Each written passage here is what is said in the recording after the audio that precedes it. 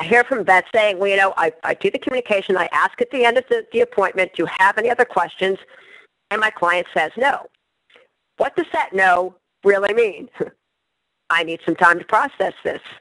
I'm going to have to go home and Google this to get more information. I don't have any questions now, but I'm going to have more later. I understand now, but I'm not sure I'm going to be able to explain this to my spouse, friends, family later. That is huge. I'll talk more about that in just a minute. I have some idea of what I should do, but is there anything I should not do? So just because they say I don't have any questions at the time doesn't mean there isn't more going on there.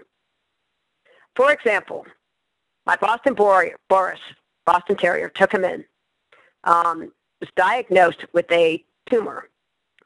So of course I'm stressing out. If they say, we want to bring him back in to do a biopsy, blah, blah, blah, blah, blah, blah. I leave and go home. And so my mother and sister are like, well, what kind of tumor is it? And all I can say is it had something to do with a nerve. Well, y'all can probably guess from the image, it was a basal cell tumor. I don't know what a basal cell tumor is. All I know is he's got a tumor that sounds like a nerve. That was not a satisfactory answer for my mother and sister. So remember, sometimes I call it the curse of knowledge. What makes sense to you does not always make sense to your clients.